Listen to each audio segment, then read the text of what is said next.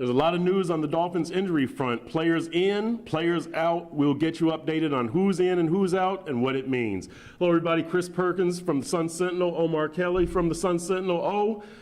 The most significant injury was losing Brandon Albert. MVP of the season.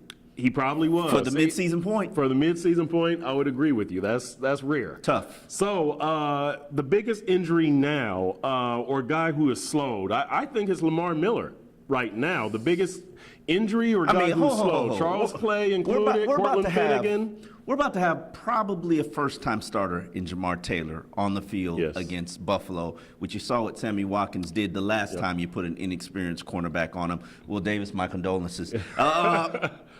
You know what? And I respect what Jamar Taylor does and brings to the table. Right. Is he ready to become an NFL star? I'm not sure about that. I'm going to be very curious to see what happens. He's going to have some good matchups in Roy Woods. And then Sammy Watkins, they move him around. Now, Sammy Watkins has got the groin injury, but to me, Jamar Taylor, the sombrero's on you.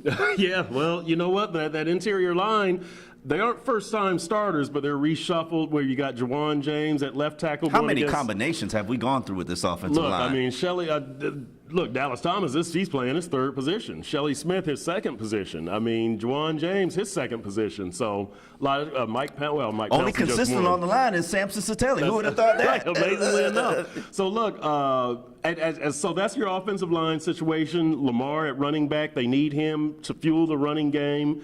That'll be big. Jamar Taylor, because Cortland Finnegan. If Koamisi is slowed, we've seen Trusnick go in there and do a pretty good job. We think Ryan Tannehill is going to be okay with the right ankle and the right shoulder. He says he's playing. He's a man. Yeah. He's a man. That's right, exactly. Did you see last year's line? He took 58 sacks. He's all right. That's right.